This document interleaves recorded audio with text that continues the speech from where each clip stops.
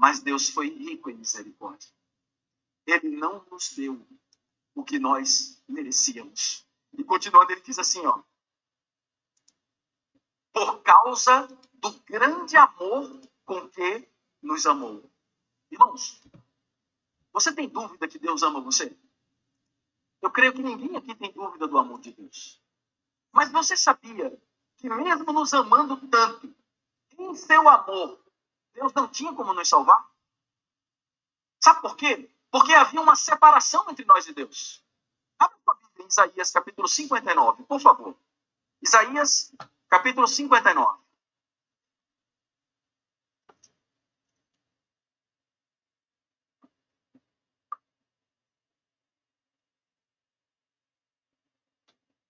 Versículos 1 e 2 diz assim, ó: eis que a mão do Senhor não está encurtada, que não possa salvar, nem o seu ouvido obstruído, que não possa ouvir.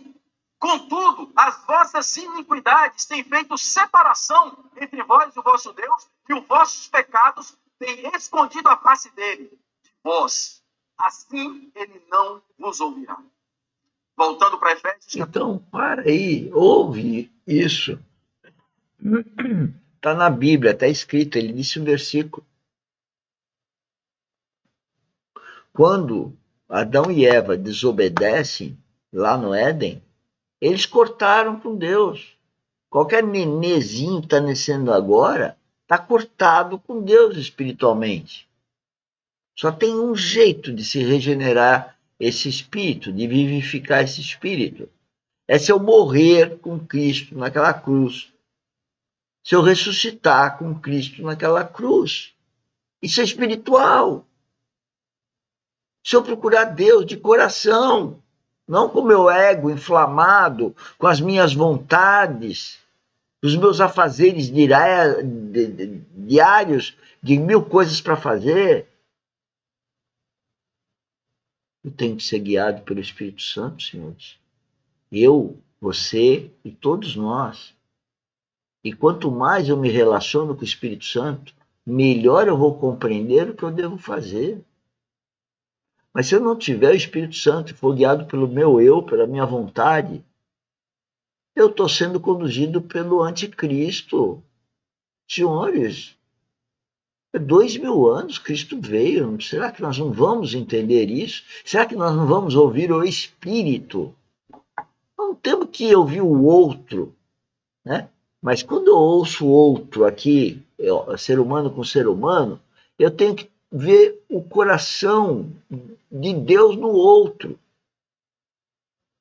Porque o outro, como eu digo, é um trapo de imundícia igual a minha pessoa. Ele está dizendo aí que ele merecia inferno. A misericórdia exatamente Deus não dá para nós o que nós merecemos. O que nós merecemos é ir para o inferno. Se eu não nascer de novo e ser conduzido pelo Espírito Santo, eu vou para o inferno. Capítulo 2. O que nós temos aqui, irmãos? Nós temos aqui algo que nos separava de Deus. E por mais que Deus nos amasse, ele não tinha como nos salvar. Havia algo a ser feito que nem eu, nem você éramos capazes de fazer. Então Deus, em seu infinito amor, e por nos amar de uma forma tamanha, que o apóstolo João não conseguiu explicar em João 3,16, versículo que todos nós conhecemos, ele diz assim: porque Deus amou o mundo de tal maneira. Essa palavra de tal maneira é uma maneira inexplicável, é uma maneira que não dá para medir. Ele amou de tal maneira que ele deu seu filho. Então, isso é amor. Deu seu próprio filho por nós. Isso é amor. E ainda nós não vamos obedecer a quem nos ama, a quem, apesar de a gente merecer o inferno, a gente não vai obedecer a Deus para ter a vida eterna? Mesmo com aquele exemplo da vida de Cristo, mesmo com os inúmeros textos da Bíblia mesmo com inúmeros e inúmeros vídeos que nós estamos postando só no nosso canal YouTube, fora tantos outros canais, e a gente está dando como referência para vocês irem para os outros canais, que não tem nada a ver com igreja, com denominação, não tem nada pedindo dinheiro. Será que nós não vamos escutar o Espírito Santo? Eu vivo ouvindo essas gravações e ouvindo, inclusive de madrugada, de manhã à noite, sempre que eu tenho tempo. E eu dou tempo a isso, porque é o melhor tempo que eu tenho é o tempo que eu ouço o Espírito Santo. E procuro 24 horas não me distrair com as coisas do mundo. São muito atraentes, são muito interessantes, mas eu morro a cada dia para as coisas do mundo. E me disciplino a estar fazendo todas as atividades da academia, que uma por uma foi disciplinada pelo Espírito Santo na minha pessoa.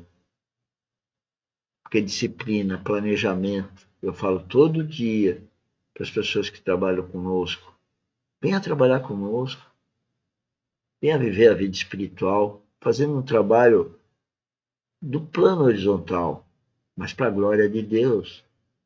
Tudo que nós fazemos aqui, cada palavra que nós falamos, nós temos que falar para a glória de Deus. Não temos que falar por causa do eu, do que eu acho, do que eu penso, da minha vontade. Agora é meu carro, agora é a minha casa, agora é meu sofá, agora é minha cama. Esquece do meu, esquece do eu. É tudo nós. Vida espiritual é nós. Vida espiritual é a igreja de Cristo. A igreja de Cristo é um grupo enorme de pessoas que nasceu de novo. Cristo é um homem corporativo, ele tem a cabeça, ele representa a cabeça da sua igreja, a igreja noiva, é espiritual.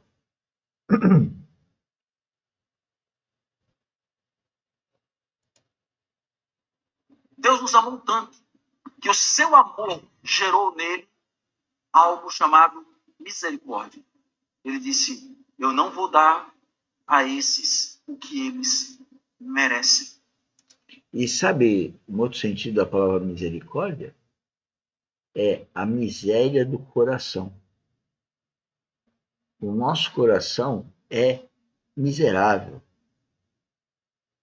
se não tiver a habitação do Espírito Santo. E mesmo assim, ao começar o Espírito Santo a habitar no meu coração, eu tenho que tirar todo o entulho que tem lá dentro, todos os valores do mundo. E a hora que eu fico tirando entulho, né, eu estou jogando as coisas do mundo fora, desapego pelas coisas do mundo, para eu me encher do Espírito Santo e poder resplandecer Cristo. E é para a glória de Deus, não é para ser um menino bonitinho, não, para ser ter multidões através de mim, porque isso não tem nada a ver com o cristianismo. Jesus Cristo nunca foi atrás de multidões.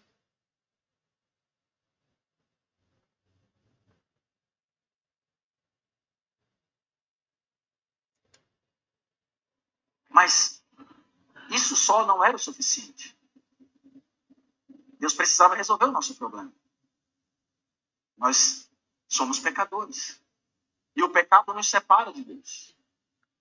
Então, era necessário um sacrifício perfeito para que esse sacrifício pudesse quebrar toda a barreira de separação e pudesse nos dar aquilo que para nós era impossível.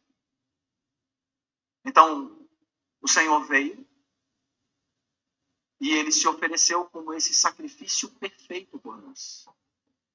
Ele pagou o preço que era meu e seu.